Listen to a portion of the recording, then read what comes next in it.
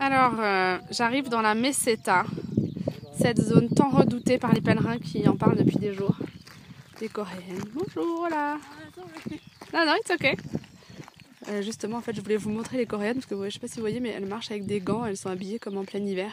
Je sais pas pourquoi les Coréens ont aussi peur du soleil. Et donc voilà, on arrive dans la... Je dis on parce que je suis avec des compères. Bon, cachez vos visages sinon. Des compères franc-comtois et bretons. En train de faire une petite pause. Et donc on arrive, la Meseta, ça fait des jours et des jours que ça hante tous les pèlerins de ce chemin et que tout le monde en parle. Il y en a plein qui disent qu'il faut prendre un bus entre Burgos et Léon, mais c'est pas du jeu. C'est aussi ça le chemin. Donc voilà, la Meseta c'est censé être un grand plateau, comme celui-ci, en ligne droite, à plat, avec pas d'arbres, des éoliennes. Mais bon, ça dure 7-8 jours, donc quand on a fait les Landes en France, ça fait pas peur. Alors, j'arrive dans la ville de Castroreris. Bon, peut-être que je l'écorche. Et tout au loin, là-haut, vous voyez le château sur la petite colline qui surplombait à l'époque pour se protéger. Donc, vous voyez, aujourd'hui, on a un temps magnifique. C'est très agréable.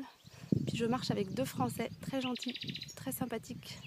Daniel qui vient du Finistère et Joël qui vient de Franche-Comté. Et c'est toujours sympa de faire la route en bonne compagnie. Donc voilà, ce soir, je dors à Castroreris. Alors voilà, je pars de Castroreris.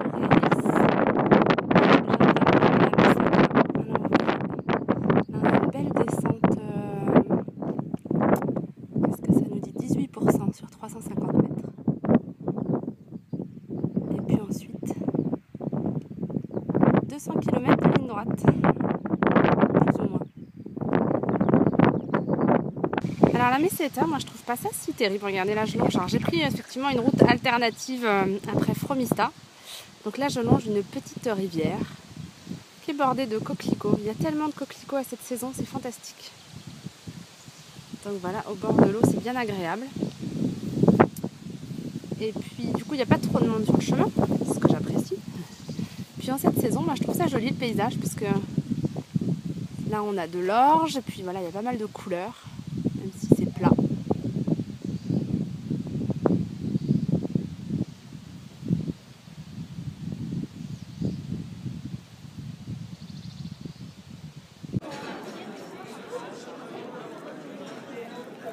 La jolie ville de Léon avec sa rue commerçante. Et puis là, je suis juste devant la cathédrale. Ça faisait longtemps que je vous avais pas montré un édifice religieux.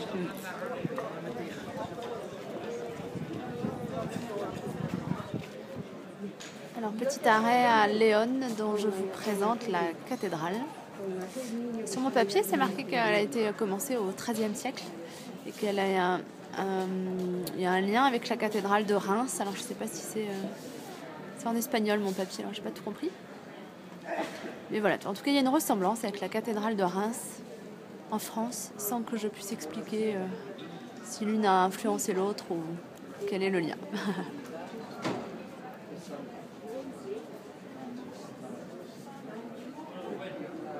Et c'est encore payant pour visiter, donc je ne pense pas que je vais y aller. Et là, juste en face, c'est joli aussi, il y a le palais épiscopal. Je trouve que c'est un joli bâtiment.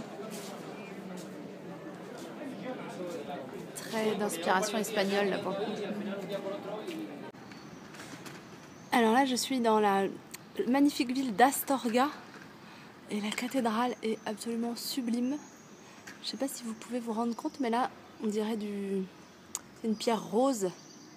Je ne sais pas exactement ce que c'est comme pierre. Et puis là...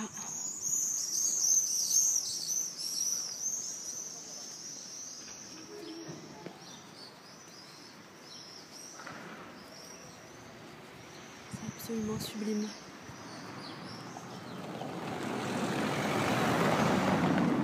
Je vais pas me faire écraser. Regardez.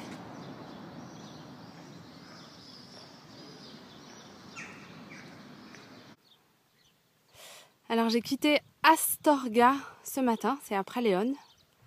Là j'aime bien, il y a des petits murs de pierre. Et alors regardez, là il y a des montagnes avec de la neige encore. Alors moi je sais que je dois passer les montagnes, j'espère que c'est de l'autre côté. Parce que j'ai perdu mon passe-montagne il y a quelques jours. J'en ai recherché un, mais dans un magasin, ils m'ont dit « Bah non, madame, c'est l'été, maintenant il fait chaud, hein, on n'en vend plus. » Donc, s'il y a de la neige, on va cailler. C'est encore un peu la meseta. Hein. Je voulais vous montrer ça, là, ça fait déjà plusieurs centaines de mètres qu'il y a un grillage qui longe le chemin. Et puis, spontanément, les gens, bon maintenant, comme il y en a qui ont commencé, tout le monde fait pareil. Ça crée un effet. Donc, les gens dessinent des croix avec des branches d'arbres ou... En général, c'est avec de la matière naturelle. Je viens de voir ça avec un petit bout de tissu. Et donc voilà, tout le long du chemin, depuis tout à l'heure, il y a des croix qui sont créées le long du grillage. Et je trouve ça sympa en fait. Je voulais vous montrer, parce que c'est assez étonnant. Là, vous voyez, il y en a une très grosse. Des plus petites.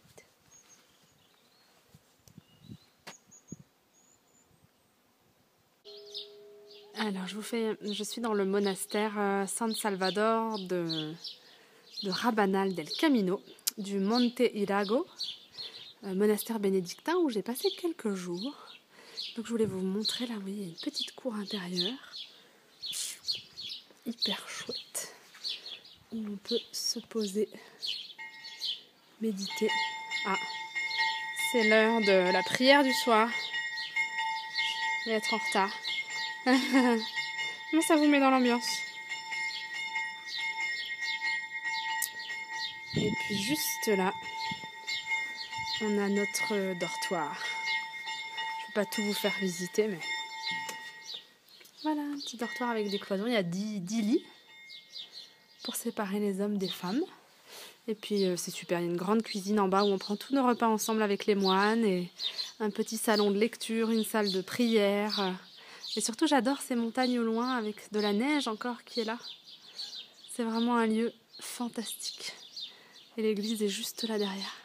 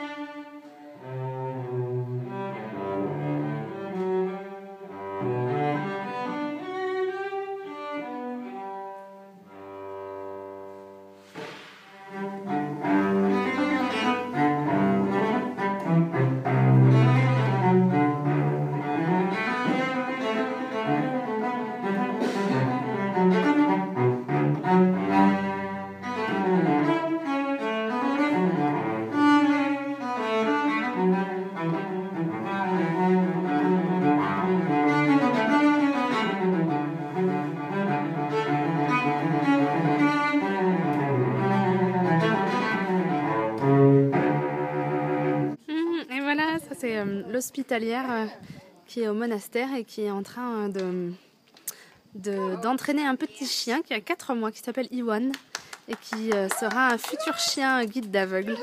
Donc c'est super, il est tellement adorable en plus. Voilà, je vous présente Patricia. Ah, et Iwan. Say hello. No, I have to talk to him in Spanish. Et là, on fait un petit tour après le dîner avec les pèlerins qui sont hébergés au monastère et le Padre Pios.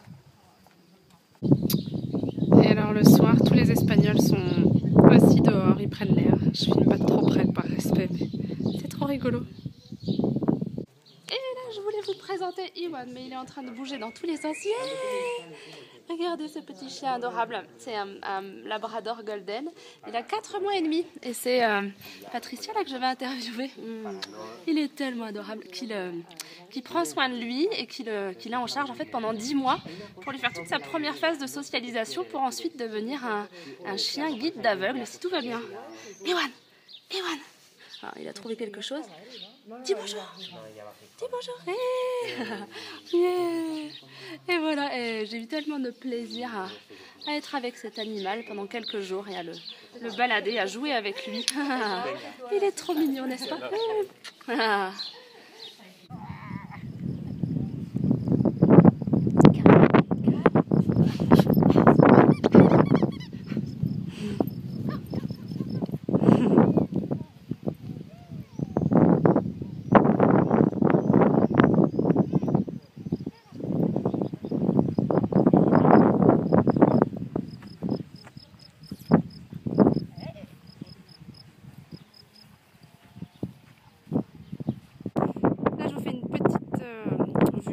Je suis montée en hauteur après Rabanal del Camino et puis là, vous allez voir le village de Fonsapadón. Vous allez rien entendre avec le vent, mais là c'est Fonsapadón.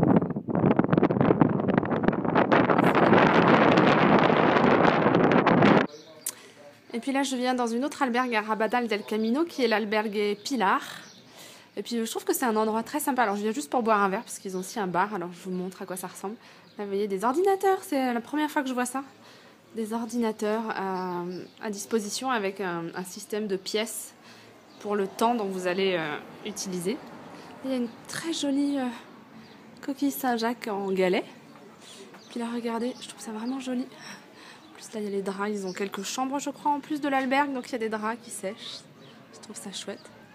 Ici, toute la collection d'étendoirs à linge qui attendent les pèlerins qui vont arriver tout à l'heure pour pouvoir faire sécher leur lessive. Et voilà une auberge espagnole très sympa. I'm so happy that I stayed here and I thank God so much. I'm blessed that I met you and I've been here and it's just so great. Thank you so much. Thank you. Merci à tous d'avoir regardé cette vidéo. Vous voyez, les rencontres sont vraiment incroyables. À la bénédiction de Dieu to everybody. Je suis dans le bus entre Astorga et Riron. Et c'est tellement magnifique, je voulais vous montrer. C'est plein de montagnes, c'est très vert. Et du coup, je me dis que ça va être vraiment chouette de faire le Camino del Norte.